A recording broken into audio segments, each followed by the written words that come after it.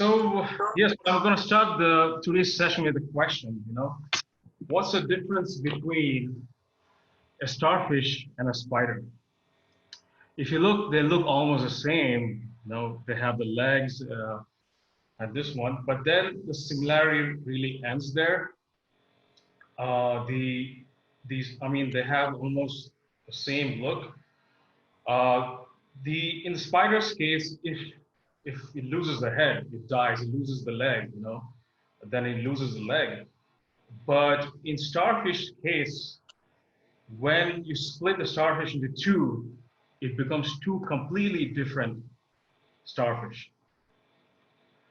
So the spider represents our centralized world, top-down approach, and the starfish, which the topic of today, represents our decentralized world. So good morning, good evening, and good afternoon, everybody. My name is Shahnawaz. I'm the president of Government Blockchain Association in UAE. We are basically a global association with over 50 chapters around the world. Our mission is to promote and accelerate blockchain adoption, and we do that through education. And we have like working groups, specific working groups, and also we have like courses. We showcase the best blockchain project, and we host, leaders and professionals around the world. In May 30th, very soon we're going to have a VIP who's also known as founding father of blockchain coming. So continuing with this topic is, let me just do one thing.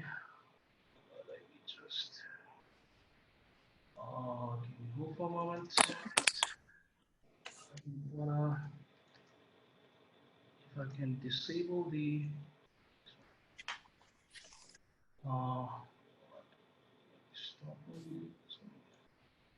right. So, okay, let's get back again. It's kind of distracting. Okay, so if you think about multidisciplinary thinking, I'm a big fan of multidisciplinary thinking. So where you look at a complex object through the eyes of somebody who's a biologist, physicist, mathematics, the more lessons you put, the all-round picture you're gonna get.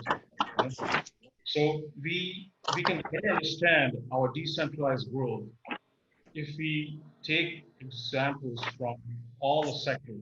Okay. Before I continue, I would love to basically make 2 points. The first thing is that here is this is a quote from Animals: "We are all equal, but some more equal than others." If I mean decentralized, what I mean is decentralized compared to before. It's more decentralized as what is the state of before. And also the second thing I want to point out is that decentralization, I want to meet, it's not only technological, decentralization can be political and administrative, which I'm going to talk today. So I'm going to start with the first and the most important, topic of technology of the decade, which was Bitcoin. Bitcoin was started by, and those who don't know, it started by an enigmatic person named Satoshi Nakamoto, because he or she was not happy with the central government. People tell that blockchain is Bitcoin. No, blockchain is one of the components of the Bitcoin. So going back to topic, Satoshi was not happy with central government printing money, unlimited money, and he was basically not happy because printing unlimited money, and which few people control, it basically causes inflation, and inflation punishes the savers and rewards the debtors. So Satoshi wanted to make a system which is decentralized.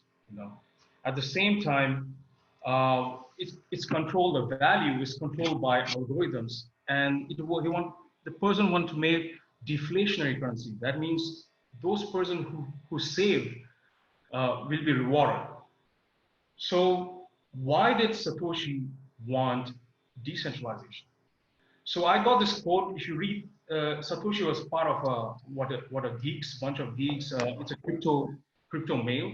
They got together and basically were discussing about how to deploy the initial version of Bitcoin. I got this quote where he said that governments are good at cutting off the heads of a central control networks. So so if it's like a spider network, the government can just confiscate any server and then, shut it down. But if it's decentralized, like Starfish, they try to stop a server in Vietnam, somebody in New York can set it up. So, so he is comparing the Bitcoin network, decentralized network, with the previous network, like BitTorrent. For those who don't know, BitTorrent is just a file sharing program where you file share. So Bitcoin was not the first on the decentralized network. The difference between the previous decentralized network and Bitcoin was that in Bitcoin you could exchange value. It was the first network where you could exchange value. So the main thing here to point out is in central system, for example. Now I'll show the main difference between a central system and decentralized system. In central system, for example, if John is giving money to Greg, the central bank basically has final say. That means they control. If there's kind of conflict, they go to central authority to basically resolve the situation. But the the main thing here right now, the main point between the central and decentralized here is that here, for example, assume this scenario where Linda, Damien, they own computers, all right? They want to exchange money or something of value. So John gives money to Damien, all right? And in the absence of a central authority who basically says, who basically has a final say, they form a democracy system, right?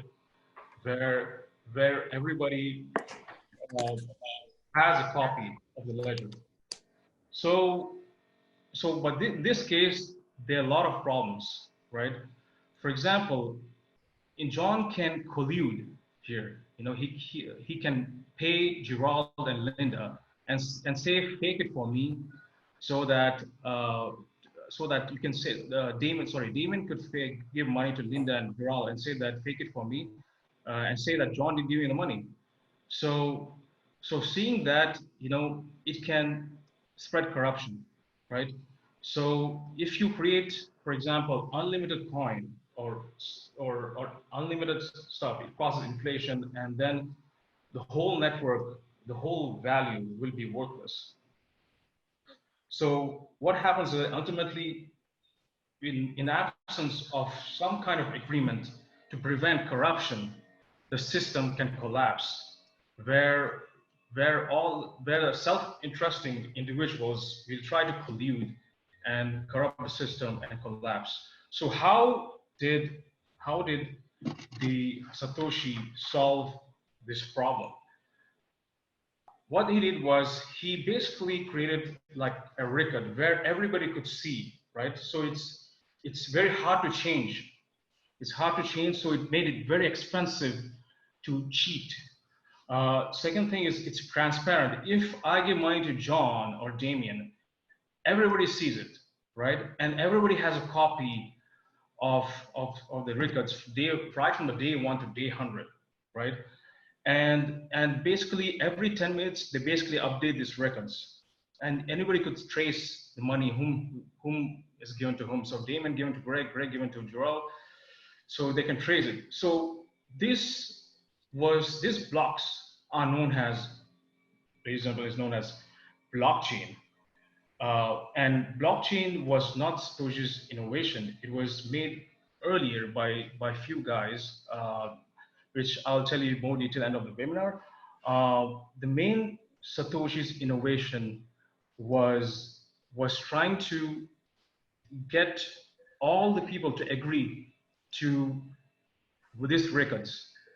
It's a consensus, to basically agree to records, so which basically rewards those people who cooperate and punishes those people who cheat.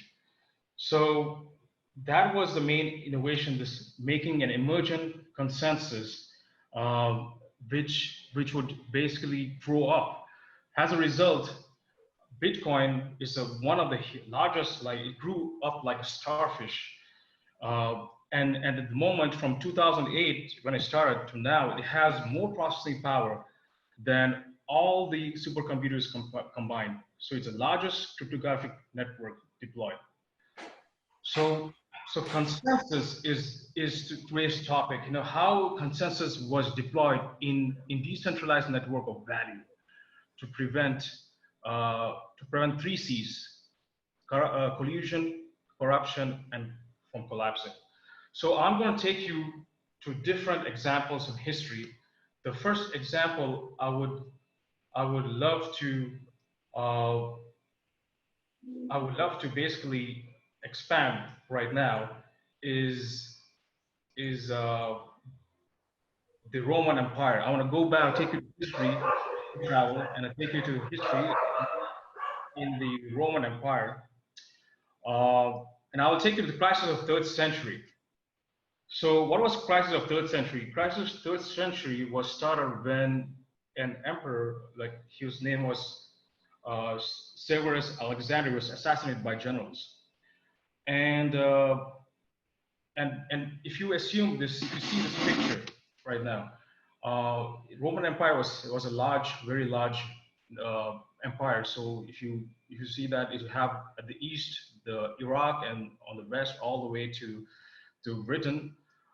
If you assume H is Italy right now, and the king is there, what happened was that they had a lot of troops deployed in A.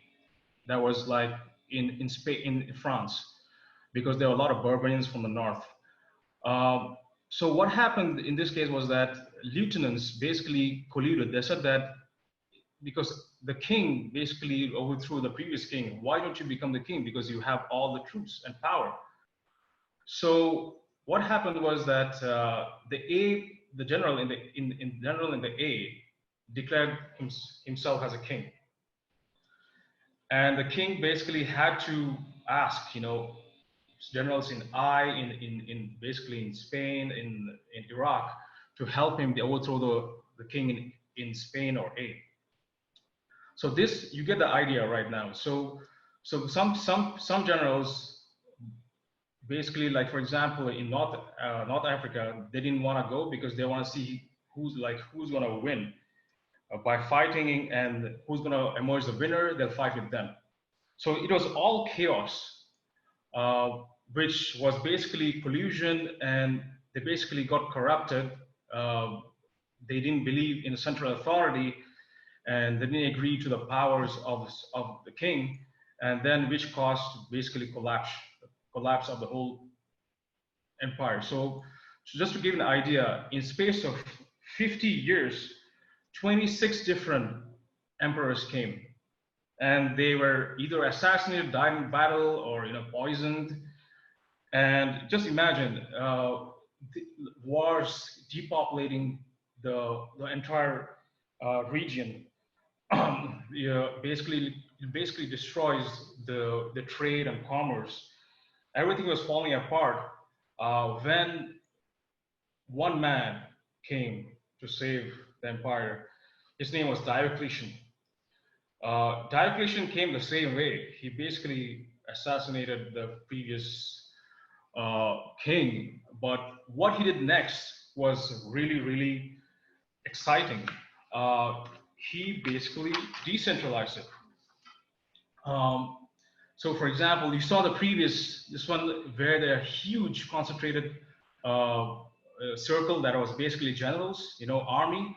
Now, what he did was he first decentralized the army outpost. So every one, say 100 kilometers, he had 1,000 army instead of having one focused army. So that killed two birds with one stone. First is that it had a better response time. Initially, when there were raiders coming from north, it took time to large army to go and face the invaders. But now they could face very fast. The second thing is it was hard to mutiny. So they had to work really hard to basically get together one huge army and mutiny.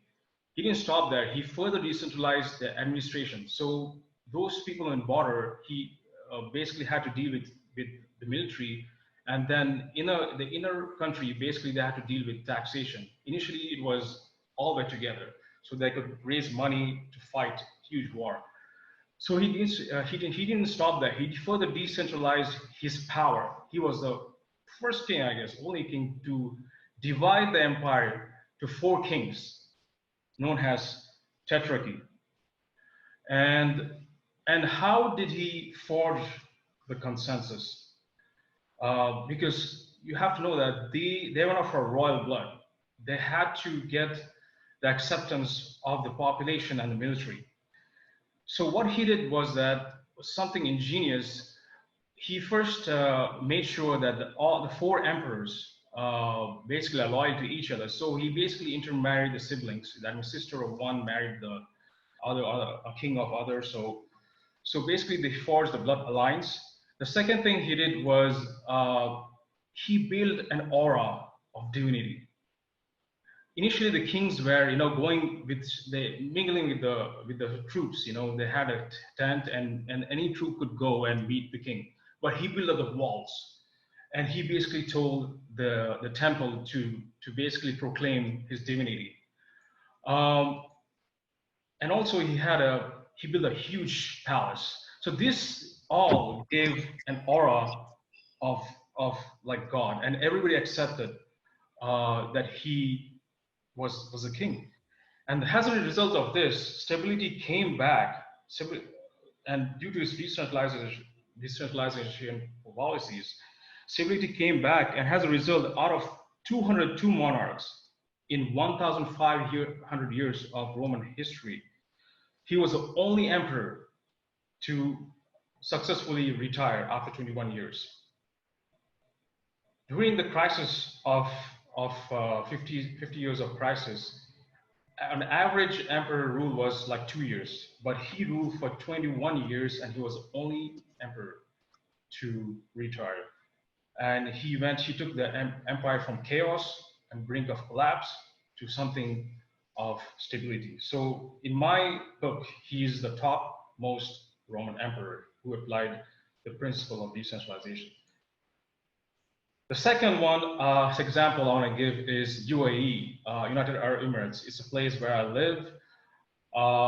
It's UAE is basically a state. It has 7 states ruled by 7 different rulers. Initially, back before 1971, it was ruled by. It was basically quasi-proxy ruled by British government, and they were basically like decentralized. Broken and broken in each with its own government. There were no unity. They didn't have currency. They used to use Indian currency. In those days, life was very tough. There was basically 50 degrees heat. And there was a high infant mortality rate. It was like 200 deaths per 1,000. The clean water was luxury. So life was really hard. And the British's one good thing, they used something called divide and rule policy, where they basically divided the people and used ones against the other. That kept empire weak, and basically fighting between them until everything changed. Until one day, one leader tried to change it. So here also there was collusion, corruption, and basically life was tough, collapse. So one man who came was in 1960s. He was late ruler. His name was His Highness Sheikh Zayed bin Sultan. He was a ruler of Abu Dhabi. He basically asked one of a good friend, who was then ruler of Dubai, Sheikh Rashid, for a vision, for unity, where they could get together. and form an alliance for the betterment of people. So Sheikh Rashid basically tasked for the security of the new alliance to to his son, who is the present ruler of Dubai, His Highness Sheikh Maktoum. Uh, he went to London, UK, and basically came back to become the youngest defense minister of UAE. But before that, the, the, the in 60s, also the same time, oil was found, and Britishers didn't want to let go of the place easily. So initially, the plan was, if you go back to the map, um, let me just go back to the map. If there were 8 countries in the alliance. There was Qatar, Bahrain, and everything. They wanted to form one big country. Uh, but when they were trying to talk from 1965, but suddenly in 1968, Qatar and Bahrain decided to move apart, and basically Sheikh Zayed thought that it's a time to get fast with with so so basically he he basically declared 2nd December 1971 to Independence Day. And this is basically a quote from biography of Sheikh, ruler of Dubai. He said that from 1969 to 71, we were raced against time to finalize Arab agreement and a consensus which is posed this day, whose ultimate outcome was the foundation of United Arab Emirates. Because UAE was the only Arab country which was built through agreement, consensus of Arab leaders rather than force. Other Arab countries where basically the map was drawn by the imperialist powers like Turkey, Britain, or France. And the only country that has shown how successful the outcome can be when Arabs agree and work together to build a common future for the people. And UAE is the only country to defy the spirit of tribalism and faction that is, by infighting, disguised as sectarian, religious, or ethnic diversions. And basically, he quoted, "I am from the tribe. If it errs, so do I. So, and if it is rightly guided, then so I am." So this, as a result of the consensus, and they got united, and since 1971 till now, 49 glorious years, uh, they had really amazing, UAE had an amazing development. It grew up from 500,000 to 10 million, since 1971, the economy grew by 231 times, and infant mortality rate decreased from 200 deaths to 6.5 deaths per thousand. And Dubai is the fourth most visited city in the world. And most importantly, they have been, you cannot credit everything to the oil because there's so many countries around the world who have a lot of oil, but they didn't have what US done. So, so basically this talk is about how consensus is important in decentralized system where value is exchanged, value, money or power is exchanged. If many people are falling for the many people know blockchain, but if you try to compare the decentralized system to a computer, uh, blockchain would be like a hard drive, and consensus would be the processor.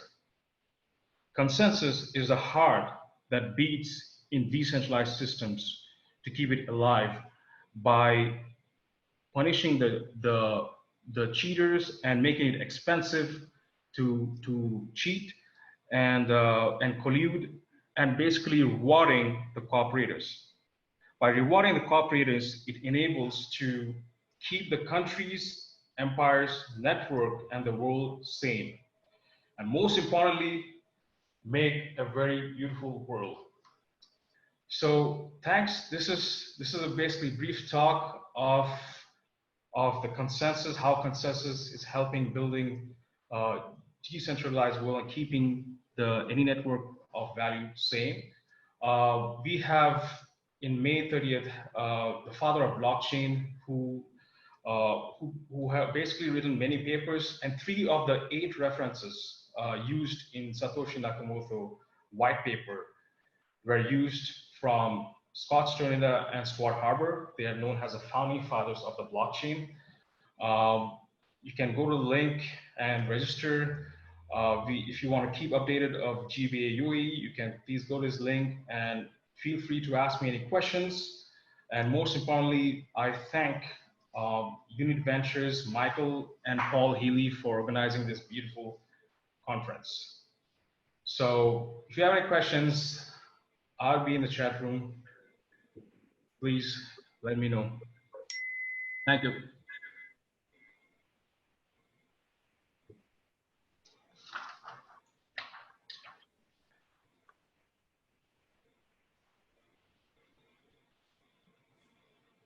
So any questions anybody have? Can you expand on how consensus arrangements cooperators and punishes the cheaters? Yes, I can go depth because since we had limited time, I didn't go deep. Basically, Jerome is asking to expand on how the arrangement is done. In Bitcoin, the arrangement was basically they solve a mathematical equation, and once it's solved, they create a block and reward the node which solved the mathematical equation. If you wanted to reverse it, you need to use heavy energy to reverse it, therefore make it very, very expensive. So that's how the consensus is maintained in network like Bitcoin. But Satoshi basically said that Bitcoin, networks like Bitcoin is not foolproof, completely foolproof, because if 51% of the people, are corrupted, they could basically corrupt the blockchain. I mean, the data in this one. So that is why it's basically advisable to wait for 6 confirmations. Confirmation means 6 blocks before you say that the transaction is confirmed in Bitcoin network, because as you move away from from the older, it's very hard to change the older blocks than the recent blocks. In comparison to the political decentralization, I mean, they have checks and balances in place to ensure that decentralization is maintained. For example, if I go to Diocletian, he basically had informers, so if people were trying to collude, then, okay, somebody's asking what's the link on the slide of the father of the blockchain. Okay, sorry, let me get it back again. All right, here we go. Okay, here we go. So it's bit.ly Scott blockchain. It's an Eventbrite link. You could go and sign up, and it's gonna be great because he's been living very, very reclusive life, and recently he came out and he's been working on. Yeah, thanks Maharaj for posting there. Now this is basically our news, but let me post the link. Oh, yeah, that is a link. So he and Scott Harbour have written the papers, and I'll just give you a bit of information. He basically conceived the idea when he was working at Xerox. Somebody, a Nobel Prize winner, fudged the paper, the Nobel Prize winner, and basically the Secret Service found out through paper, analyzing the paper, that they fudged the lab records. Then he thought that how can one prevent fudging in digital world, and that started his journey in finding time-stamped records in the digital world. It'd be great webinar. So I would invite everybody to join it.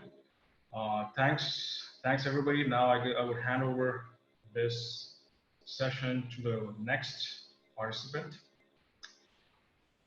Thanks everybody for coming, and thanks Unit for this opportunity.